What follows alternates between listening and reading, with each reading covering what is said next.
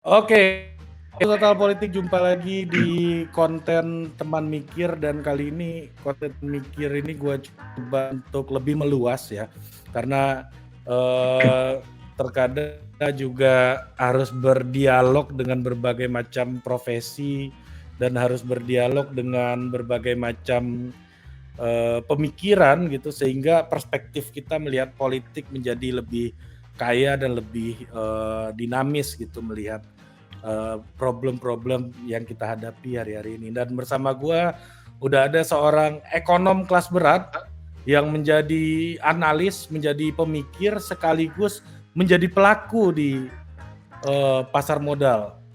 Nah, kita sambut Uda Fahrul Fulvian.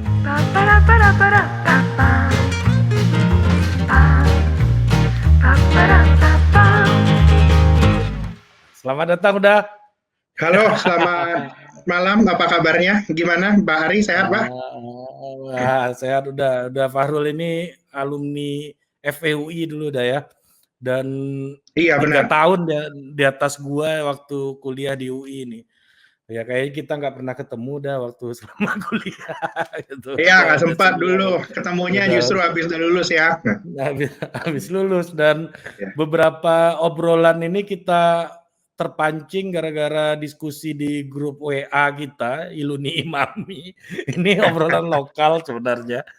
Ya, tapi ini menjadi isu yang perlu kita diskusikan secara menyeluruh gitu loh, udah. Nah, ini udah di grup Imami, mohon izin kalau saya panggil lu gua dengan Uda Fahrul bukan karena tidak hormat, tapi untuk memudahkan komunikasi aja. Biasanya gitu dah. Kemarin Iya, tuh iya, sama iya, senior benar, benar. Imami, senior 2004 kan, istrinya Bang Miftah, Uniwinda. Lu Iya. lu lu gua sama Uniden tuh gitu. Karena berang. Kan emberang. Iya, oke, baiklah. Kurang aja Pak Jago. Udah, ini pertanyaan mendasar dah. Ini orang, apakah ini kebetulan chamber saya aja yang mengalaminya? Chamber saya, lingkungan sekitar saya Iya. aja. Lingkungan sekitar gua aja ya, istri gitu kan. Istri gua misalnya, atau memang ini gejala yang sangat menyeluruh, literasi orang terhadap keuangan, kesibukan orang melihat saham ini menjadi makin bergejolak gitu. Apakah ini memang tradisi yang by data itu memang kelihatan nggak trennya, atau memang ini sekitar gua aja karena orang-orang lagi senang gitu? Oh, ini soal orang yang makin hari makin ramai main saham ya? Iya, main saham kan, apa-apa Iya. obrolannya saham sekarang kan. Iya, benar. Itu beda ya. Sekitar 5 sampai 10 tahun lalu orang itu suka nanya-nanya tuh sama gua, kalau gua ada duit lebih investasinya di mana ya? Itu hal yang common, itu ditanyakan 5 sampai 10 tahun yang lalu. Sekarang pertanyaannya itu udah berubah, Ari. Sekarang itu pada nanyanya itu sama gua, "Rul, minggu depan saham apa nih yang bagus?" Iya, Udah so mulai asik ya. udah mulai ada perkembangan. Ada perkembangan. Perkembangan. Tapi emang fenomenanya kalau kalau yang gue lihat ya, ini itu bukan di lingkungan lu aja, itu di mana-mana, di antara teman-teman gue juga gitu. Hampir semuanya dari orang-orang yang dulunya itu nggak tahu menau sama saham, itu sekarang pada main saham. Tapi kalau gue lihat ini benang merahnya ya, kan ini kita pakai sudut pandang ekonom kan di ceritanya ya. Iya, iya. Orang pada main saham itu sebenarnya ada satu tandanya, Ri. Apa? Memang yang kelebihan ini ya, walaupun kita lagi krisis ya, kenyataannya itu memang yang kelebihan uang itu makin banyak. Itu fenomenanya yang kejadian. Uangnya nggak terpakai karena nggak bisa kemana-mana, nggak bisa keluar kota, biasanya liburan segala macam, mungkin gitu kali ya. Iya, itu fenomenanya. Nggak bisa Oh. liburan. Terus biasanya kan kita kalau siang-siang kan kalau di kantor kan kita ada kegiatan sosial namanya makan siang. Hmm. Tiba-tiba kita nggak ngantor kan WFH. Makan siangnya nggak ada, ya pindah jadinya. Misalnya sehari itu biasanya orang kantoran di Sudirman adalah anggaran makan siang kan 25.000 sampai 50.000 harga standar Sudirman. Iya, iya. Itu tiba-tiba hilang sekarang, ongkos transport juga hilang. Iya, iya. Semuanya Gaji tetap. tiba-tiba, ah, Gaji Nah, ini tetap. dia, kan ada Iya. juga ya, kan ada juga yang gaji tetap. Itu kan banyak, Heeh. terutama fenomenanya itu wilayah itu terjadi di orang-orang, kalau kita lihat profilnya ya, mungkin saya mau confirm juga hari itu kejadiannya di teman-teman kita yang kerja di sektor formal. Itu yang Ya. saya lihat. Hmm. Di mana yang sektor formal ini less impacted dari pandemi. Betul. Saya kira Ya itu. kalau Jadinya kalau memang sektor informal daripada beli saham, ancak puta kagalih lah katanya kan. Ancak bagusan duitnya dipakai buat beli barang gitu misalnya, atau ditahan iya, gitu benar. misalnya. Apalagi kalau ikutan jualan online kan sekarang. Iya ya. Beda. Uang ini Beda, harus berputar. harus Kalau kita berputar. ekonom itu kan lihatnya itu ada sektor real, ada sektor keuangan. Hmm. Kalau memang ternyata tidak bisa diputarkan di sektor real, putar di sektor keuangan. Itu kira-kira yang lagi terjadi. Nah, Fenomena yang menarik sebenarnya karena krisis sekarang ini, krisis COVID-19 ini berbeda dari krisis-krisis yang pernah kita alami sebelumnya, Ari. nah ini apa namanya? Apakah memang ini tren yang sangat ya karena COVID uangnya nggak terpakai, atau memang udah kelihatan peningkatan pengetahuan, peningkatan apa namanya kemampuan analisis dan knowledgeable gitu ya, mereka membelanjakan uangnya di pasar saham gitu, membelanjakan ini benar apa enggak di istilah gua, tapi ya udah menurut Anda gimana tuh? Kalau gua bilangnya itu iya dan tidak di satu waktu yang sama ya, kalau hasil Hmm. pengamatan gua. Yang gua lihat itu gini, kalau dibandingkan 10 tahun yang lalu, 5 tahun yang lalu, tingkat orang yang namanya itu literasi keuangan, orang tahu instrumen-instrumen, itu memang meningkat jauh di berbagai kalangan. Even ya sekarang itu anak mahasiswa yang pengen tahu saham, yang udah belajar saham, udah tahu macam-macam, itu udah makin banyak jumlahnya. Dan memang ini aku ngomong ini dulu ya, secara struktural Ya. Indonesia ini kan, kalau kita sering orang-orang dengar gitu kan, pemerintah kita cerita Indonesia itu lagi mau bonus demografi kan katanya, bahwa jumlah usia muda kita sangat tinggi, terus jumlah yang produktifnya itu banyak. Dampaknya apa kalau yang jumlah usia produktif ini banyak? Kalau usia produktifnya banyak, anak-anak dan orang tuanya itu dikit, kalau ada istilah ekonominya itu apa namanya, rasio ketergantungannya itu rendah. Ari. Ya. Dulu itu ini gua ngasih contoh aja ya. Dulu itu kakek gua di Bukit Tinggi itu punya anak 7 orang. Praktis apa namanya, seluruh usahanya untuk ngasih cover kehidupan apa namanya, bersembilan kan, suami istri sama 7 orang anak. Kalau sekarang itu kan angka pertumbuhan penduduknya makin rendah itu kan ya, belakangan itu kita anak 2 aja cukup, mungkin 2 juga apa namanya, sekarang orang udah merasanya banyak dan biayanya mahal. Kondisi ini yang sekarang itu kita lihat itu orang itu udah kebutuhannya untuk apa namanya, untuk memberi makan keluarga itu ya. Ini kita satu lagi ya, ini bias dulu nih, bias kepada keluarga-keluarga yang bisa, kalau kita ngomong sosiologi kan kita tahu dulu nih siapa yang kita obrolin kan. Ini kepada bias kepada yang bisa mengakumulasi uang, itu memang lebih banyak kondisinya. Karena tanggungan juga nggak sehebat zaman dulu. Itu secara apa namanya ya, kalau kita biasa bilangnya itu secara struktural, itu memang naik. Ini dulu dialami oleh Korea di tahun 90-an, Jepang di tahun 80-an, China di tahun 2000-an, ini juga lagi dialami di Indonesia. Satu sisi saya bilang kenapa tidak, walaupun memang arahnya Indonesia ini naik, tapi sekarang ini jumlahnya agak berlebihan loh, Ari. Saya soalnya melihat banyak orang itu tiba-tiba trading for living kalau bahasa tradernya, gara-gara pandemi. Oh itu Banyak ya sekarang ya. Itu banyak, itu bisa follow, kita punya komunitas namanya Saham Lucu-Lucu di Clubhouse. Itu banyak, itu kita biasanya apa namanya, cerita-cerita menampung apa namanya, gundah gulana trader-trader baru itu banyak. Tiba-tiba mereka di PHK karena pandemi, dapat pesangon. Itu karena nggak tahu mau diapain, karena ya pada main saham, itu meningkat. Nah, ini yang gua lihat biasanya, ini datanya bilang tuh gini, pokoknya tiap namanya pasar naik, katanya pasar bagus, itu rame-rame yang main nanti. Tapi begitu pasarnya nanti suatu hari lagi nanti jeblok, itu biasanya banyak juga yang hilang. Itu data Oh. itu data historis, itu selalu bilang kayak gitu. Kalau gue Ini lihat pasar memang lagi arahnya bagus ini, nggak sekarang? kenapa? Pasarnya lagi bagus nggak Pasar sekarang? pasar sosok lah kalau kita lihat sekarang sebenarnya kalau bisa memilih, nah ini dia nih. Karena kondisi kan juga lagi luar biasa, yang punya pilihan sahamnya bagus itu yang bisa menang lah, karena ini bukan kayak periode kalau zaman dulu kan beli apapun naik gitu. Zaman kita kuliah itu ingat, itu sebenarnya sayang kita belum main saham waktu itu. Coba main saham waktu itu naiknya banyak banget. Iya. Udah beda lah Lagi sama. komoditi booming dan lain-lain ya.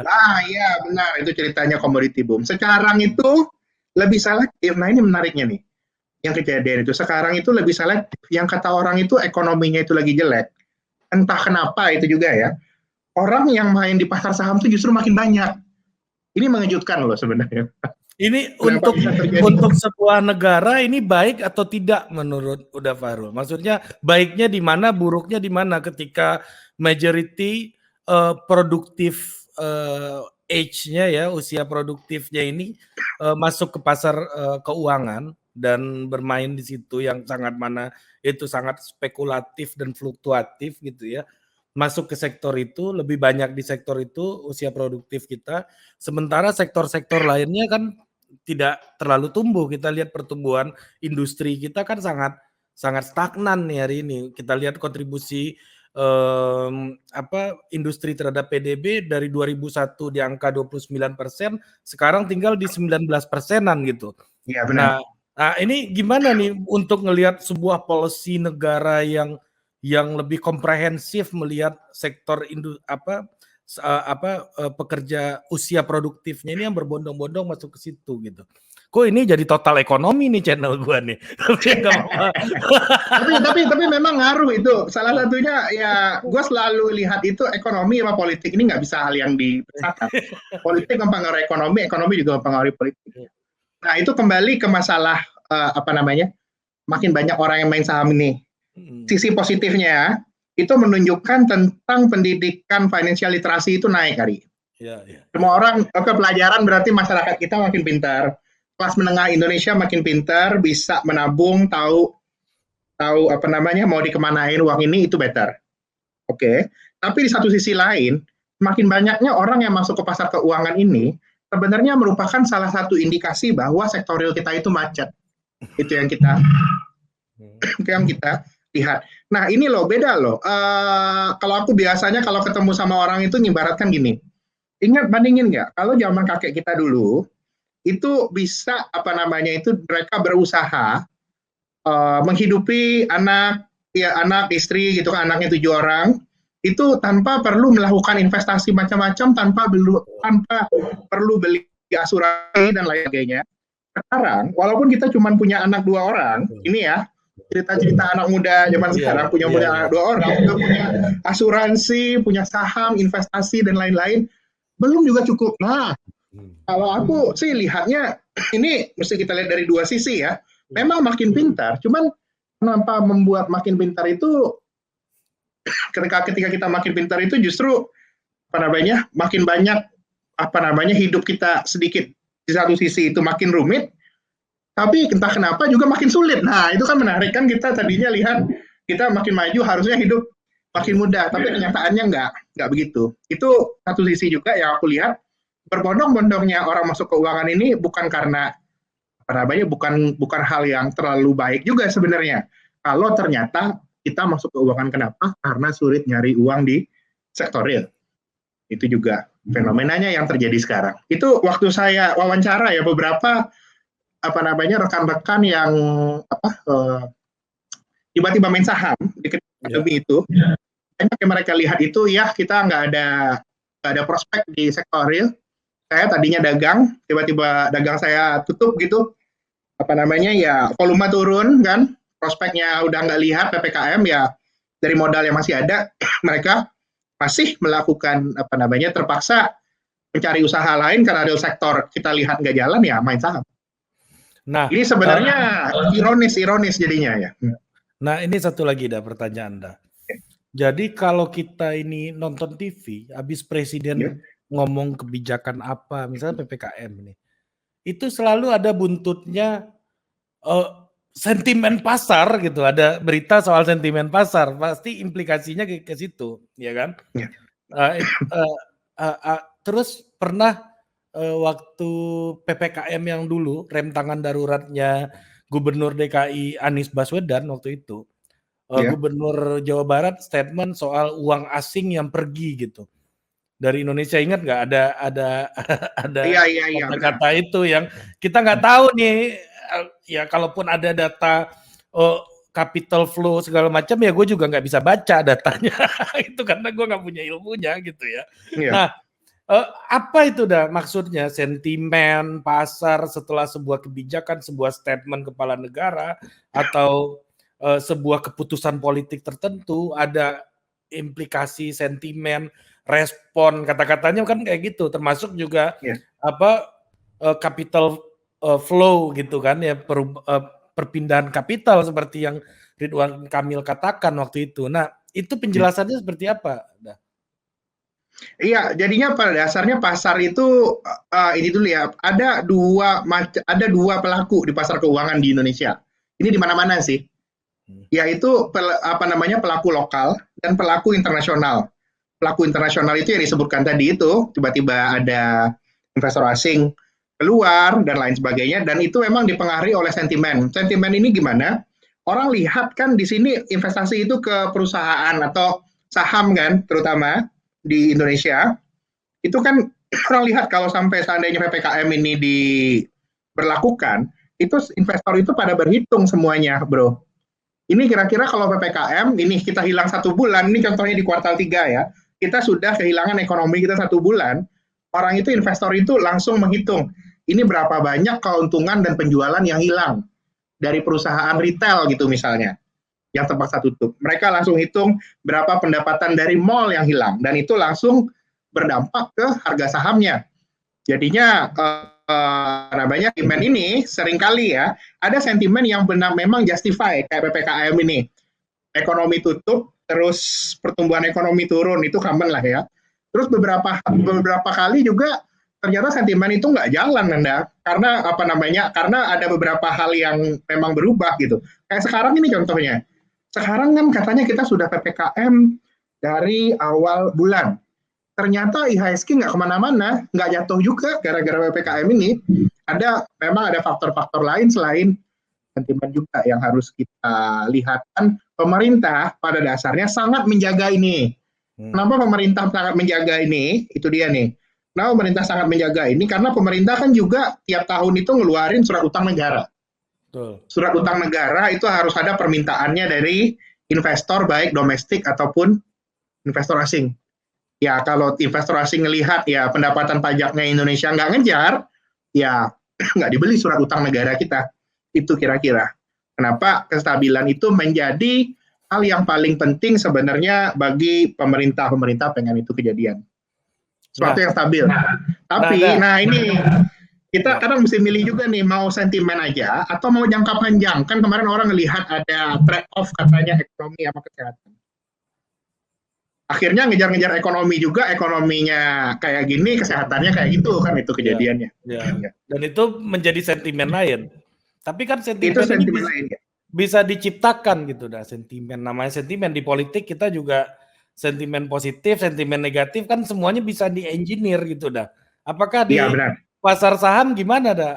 Aktor-aktornya siapa yang biasa melakukan engineer, baik itu state actor ataupun non state actor gitu. Pertarungannya pasti ada gitu. Iya benar, sama lah kayak di politik, di saham juga, dan di ekonomi juga kayak gitu. Ya selain tadi kita ngomong state actor kan, ada polisi pemerintah. Di sisi lain kan juga ada pemerintah gimana, ada reaksi dari perusahaannya kan, dari company-nya kan. Misalnya kalau company-nya kita lihat ya karena ada PPKM ya kita rumahkan karyawan kita, itu kan contohnya salah satu reaksinya gitu. Dan ternyata pada dasarnya itu selalu memang ada konflik ini, Ari. Bukan hanya yang terjadi di politik juga ya, konflik itu terjadi juga di ekonomi. Ketika PPKM ini diberlakukan, kan pemerintah di satu sisi pengen kesehatan, tapi pendapatan pajak tentunya nggak naik kan, nggak jalan selama PPKM ini. Terus juga pengangguran itu meningkat. Itu sebenarnya konfliknya yang selalu berjalan setiap hari yang menentukan harga saham ini. Cuman ini menariknya ya, aku mau cerita bedanya pasar saham zaman saya dulu baru belajar jadi analis sama sekarang. Zaman dulu jadi analis, yang paling menentukan kinerja saham itu beneran fundamental. Fundamental itu ceritanya pertumbuhan penjualan kayak gitu loh. Pertumbuhan keuntungan, margin, cash flow, hal-hal seperti itu. Belakangan ini hal-hal kayak gitu ternyata menariknya itu makin jadi kurang relevan. Ini digantikan karena saya lihat tadi itu di kondisi sekarang ini tuh uang itu saking banyaknya pengen semuanya itu secepat-cepatnya. Jadinya sentimen dan dan juga arah pasar dalam jangka pendek itu sekarang jauh lebih penting untuk melihat pasar gitu dibandingkan fundamentalnya. Karena itu sekarang lihatlah, itu harga saham Unilever turun terus udah 3 tahun. Karena kan perusahaannya perusahaan besar yang untung bagus terus. Kan? Padahal untung terus, tapi sahamnya turun terus. Padahal kan saham bagus. Di sisi lain, banyak saham yang sekarang ini belum ada apa-apanya, baru mereka bilang kita akan berubah menjadi digital bank, gitu kan? Kita akan berkolaborasi dengan platform internasional gitu. Itu naiknya. Zaman dulu ini tidak terjadi. Zaman dulu orang harus lihat benaran baru naik. Sekarang enggak. Sekarang cerita dikit aja, oh ya kayak gini justru naik. Justru yang beneran bikin duit perusahaannya itu nggak jalan. Itu mengejutkan. Nah, itu kondisi ada sekarang ya. Adanya asymmetric information ya. Iya, Pak Li gitu, benar, asymmetric information. Dan memang sekarang itu orang-orang itu kalau main saham tuh pada bingung. Katanya saham yang bagus itu saham yang keuntungannya stabil, Pak. Ini kenapa yang keuntungannya stabil turun terus?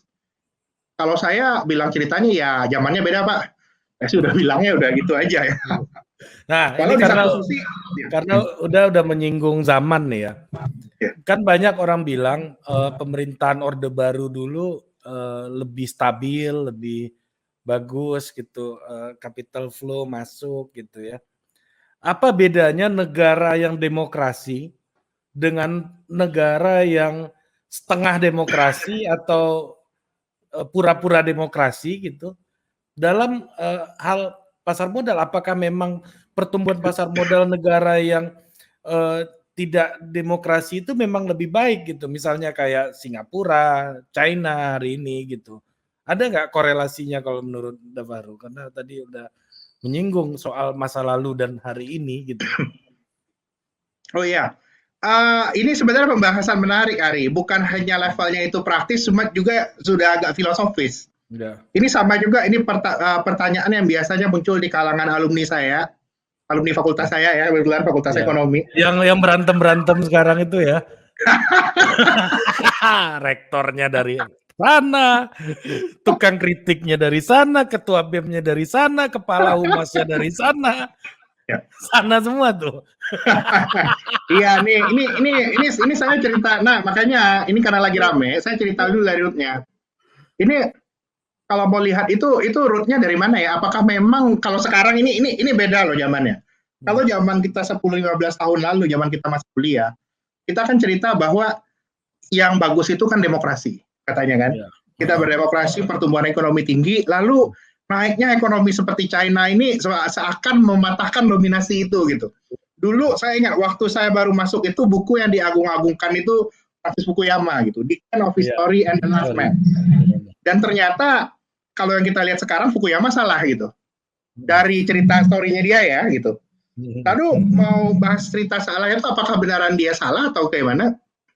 Mungkin agak beda pandangan ya kalau dia lihat bahwa ada ujung sejarah. Kalau saya lebih melihat itu kehidupan manusia ini di sisi manapun itu seperti riak. Kita harus lihat. Dan kita lagi ada di sisi riak yang mana gitu dalam kehidupan. Dan kalau kita lihat soal riak ekonomi, itu ada sebenarnya itu dua tipe riak ekonomi besar. Riak ekonomi itu kalau yang saya coba sederhanakan sekarang ya. Riak ekonomi yang ada dan dijelaskan oleh buku-buku teks kita. Kalau yang mungkin pernah baca cerita teori ekonomi Rostow, pertumbuhan secara Ya. struktural. Itu dulu kan pertanian dulu, pindah jadi industri, pindah jadi service, consumption tinggi. Itu kan yang idealnya katanya kan, kata buku teks kan. Itu memang kalau aku lihatnya itu gaya pembangunan gaya barat zaman dulu. Kesuksesan kemajuan di Amerika, di Inggris dan lain-lainnya itu dicapai dengan cara seperti itu. Caranya itu generalnya bagaimana? Sumber utama dari pertumbuhan ekonomi yang seperti ini itu permintaan domestik. Untuk permintaan ekonomi domestiknya itu tinggi, dibutuhkan apa? Itu dia tadi Ari, dibutuhkan demokrasi. Itu cara gaya ekonomi barat itu tinggi. Kan kalau butuh kebebasan kan, gara-gara kita punya kebebasan, kita percaya kebebasan kita tinggi, maka kita bisa maintain konsumsi kita tinggi gitu. Kalau konsumsinya tinggi, misalnya gini, kita gara-gara freedomnya tinggi gitu, berani gitu pakai baju yang macam-macam lah warna-warni gitu kan, yang avant-garde kalau kata orang fashion. Itu di sini ekonomi yang konsumsinya tinggi ini itu jadinya itu orang melakukan investasi karena tahu itu akan dikonsumsi lagi di dalam negerinya. Dan biasanya hal seperti ini, kemajuan yang dicapai dengan cara seperti ini itu terjadi secara gradual dalam waktu yang sangat lama. Kalau kayak gayanya Amerika sama Inggris ini ratusan tahun. Nah, lalu setelah Perang Dunia II itu selesai, lalu sudah mulai integrasi lagi perekonomian Asia, terutama Asia Timur, Jepang itu memperkenalkan cara kedua. Cara keduanya itu bagaimana? Kalau sebelumnya ekonomi itu didrive oleh konsumsi dalam negeri, inovasi masyarakat, demokrasinya itu tinggi, orang boleh berekspresi ngapain aja. Yang mazhab kedua ini bilang not necessarily seperti itu. Kita bisa juga mengejar ketertinggalan dibandingkan negara barat. Cuman caranya nggak usah jadi kita belajar berinovasi lebih bagus daripada barat, enggak. Cukup kita bisa melakukan apapun yang sama dengan mereka dengan cara yang lebih efisien.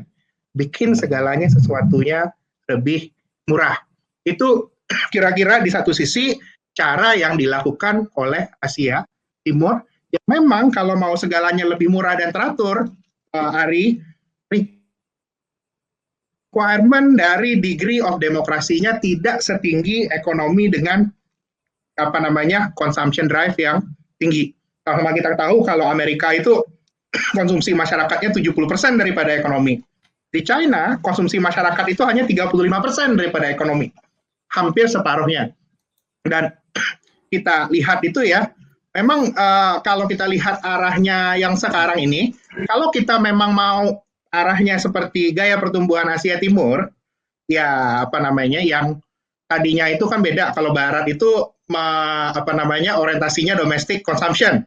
Indonesia gitu juga 20 tahun terakhir. Kalau memang arah kita ke depannya mau jadi production base kayak gayanya Asia Timur, ya saya lihat bahwa kondisi demokrasi yang agak sedikit turun dibandingkan sebelumnya, ya wajar-wajar saja. Itu terjadi juga sebelumnya. Ini juga sebelumnya ya.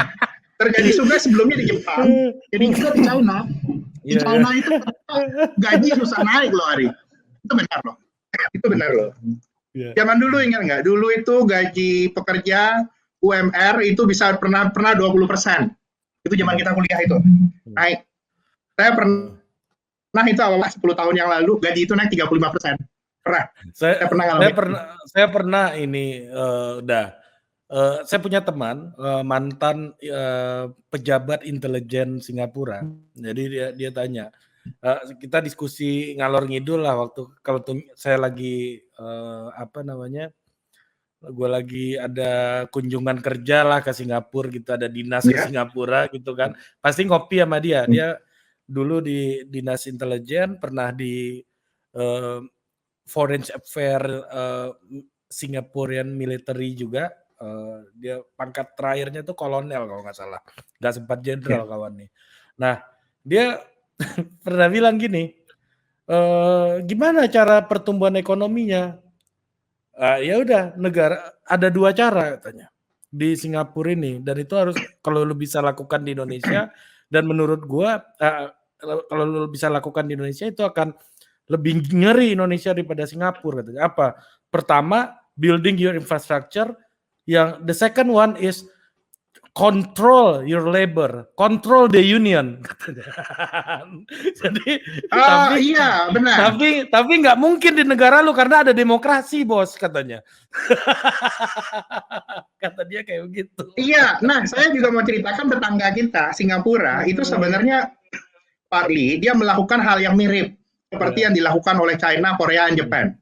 Hmm. Dan sebenarnya kalau kita lihat dari arah flow dana, sebenarnya Singapura ini kan banyak mungkin degree of demokrasinya berbeda daripada di sini, tapi sebenarnya saya bilang Singapura itu mendapatkan benefit dari demokrasi yang ada di Indonesia. Karena kita demokrasi, konsumsi masyarakat kita tinggi. Kita beli barang dari Singapura juga, Pak. Oh. Karena itu ya mereka takut kalau seandainya Indonesia menjadi seperti Singapura juga, ya one day harusnya mereka takut juga lah gitu menjadi lebih produktif, lebih ekspansif, ya benefit yang mereka dapatkan selama ini jadinya itu konstelasi politik regionalnya berubah lah jadinya. Oke, nih saya ingin mengutip salah satu sosiolog yang cukup berpengaruh di abad ke-21 ini, namanya Manuel Kessel. Dia itu ahli, dia yang mengeluarkan istilah network society. Jadi penelitian pertamanya mengenai network society ini soal financial market.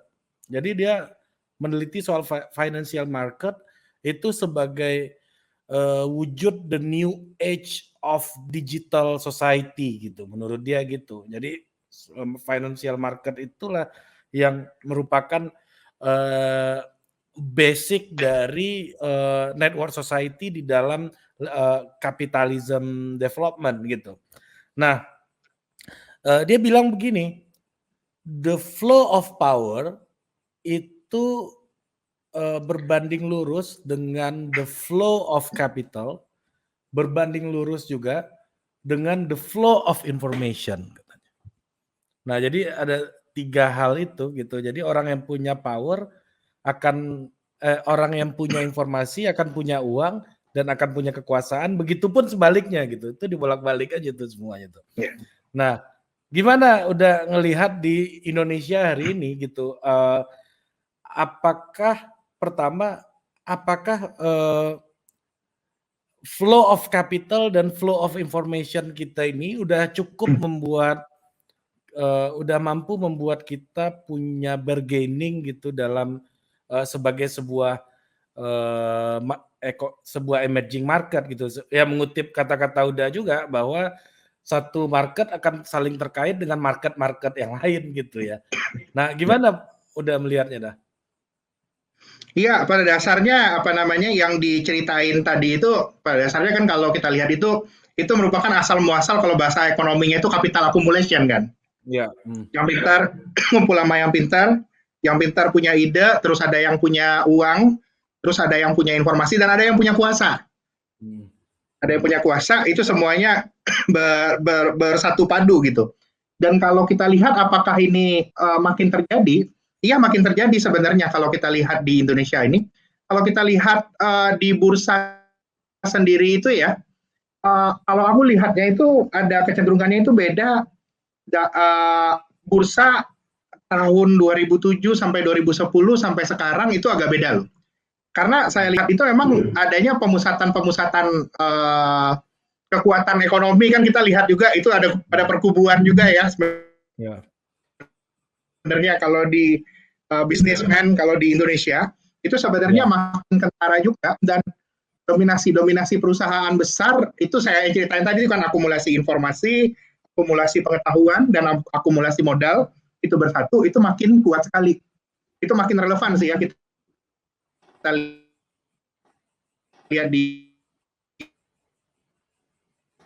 juga merupakan salah satu akarnya dari asal muasal kenapa inequality kita, sekalipun makin banyak yang main di pasar saham, inequality kita kepada orang yang apa namanya itu yang tidak berada dalam lingkaran tadi itu, tidak berada dalam network itu juga kecenderungannya makin lebar. Itu sih yang lagi saya lihat kejadiannya.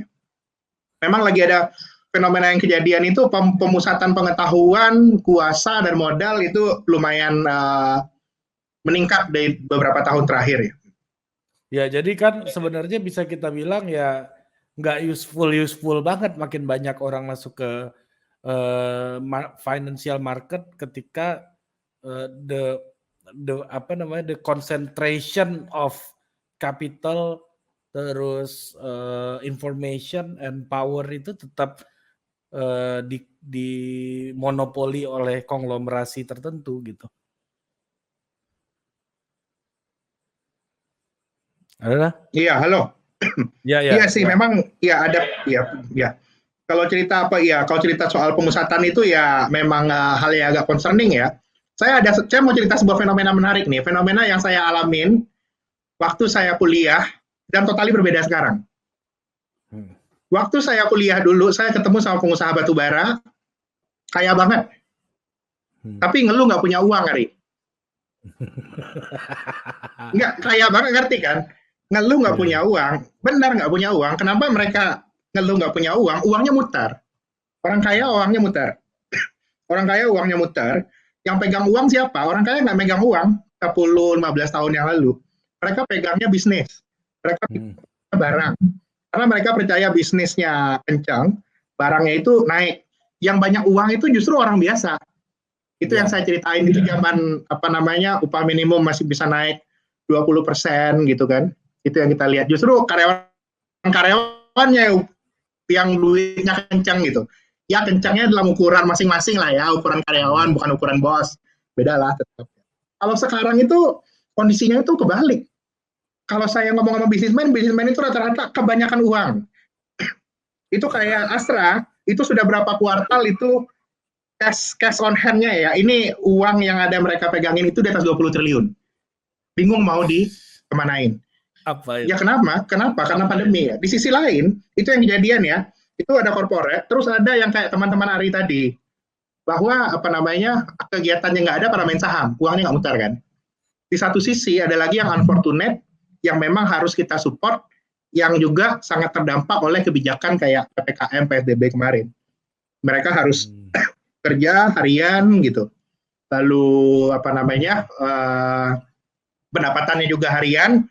Kalau memang terpaksa tutup ini gara-gara PPKM PSBB ya tiba-tiba income mereka hilang ya. Itu isunya jadinya saya ceritanya ya memang itu udah berbeda dibanding 10 tahun yang lalu, dan ini partly juga kayak merupakan akibat dari teori sosiologi yang Ari tadi cerita gitu. Ada penumpukan, dan itu sudah terjadi, dan saya nggak tahu ya, saya lihat dengan hal yang policy yang diambil sekarang, itu arahnya masih akan lumayan ya seperti inilah gitu, baik setelah pandemi ini juga selesai gitu. Yang saya lihat ya ini yang harus diadres. Kalau kemarin itu ada yang bahas apakah peruncingan kondisi sosial itu ya saya mungkin ya bisa aja ya. Oke, udah Pak Harul, terima kasih banyak waktunya udah bersedia untuk memberikan pencerahan di Total Politik. Jadi kalau Anda mau bermain saham, jangan asal main saham, pelajari dulu. Gimana triknya gue nggak tahu tuh. Silakan Pak Harul, ada pesan nggak untuk pemain saham hari ini?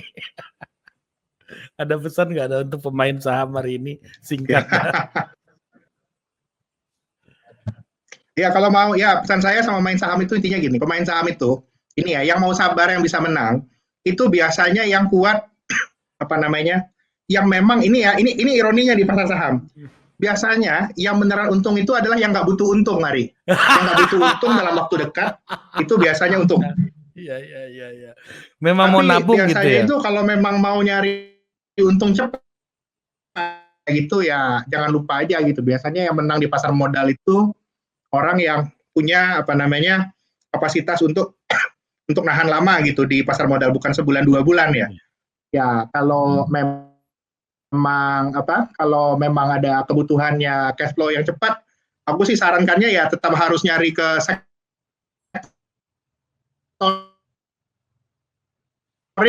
memang kondisi PPKM ini mudah-mudahan cepat selesai juga bisa bikin opportunity yang baru lah gitu ya. Karena Oke. Halo, dah. kalau enggak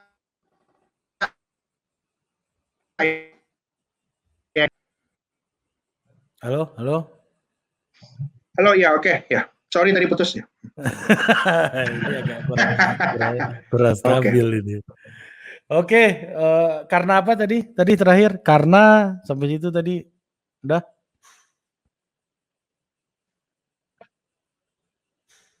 Iya gimana? Tadi udah bilang karena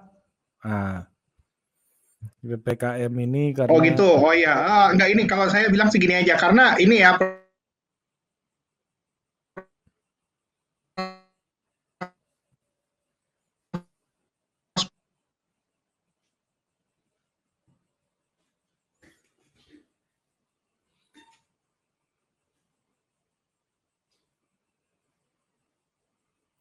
mitra.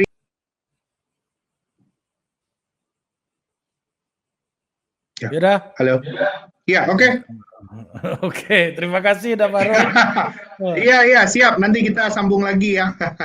Di lain kesempatan ya. Di lain kesempatan, terima kasih pencerahannya untuk kita pemain saham. Anda kalau mau main saham tetap upayakan ada pemasukan dari sektor real yang bertahan. Iya, benar. Itu harus yang kuat adalah yang bertahan gitu.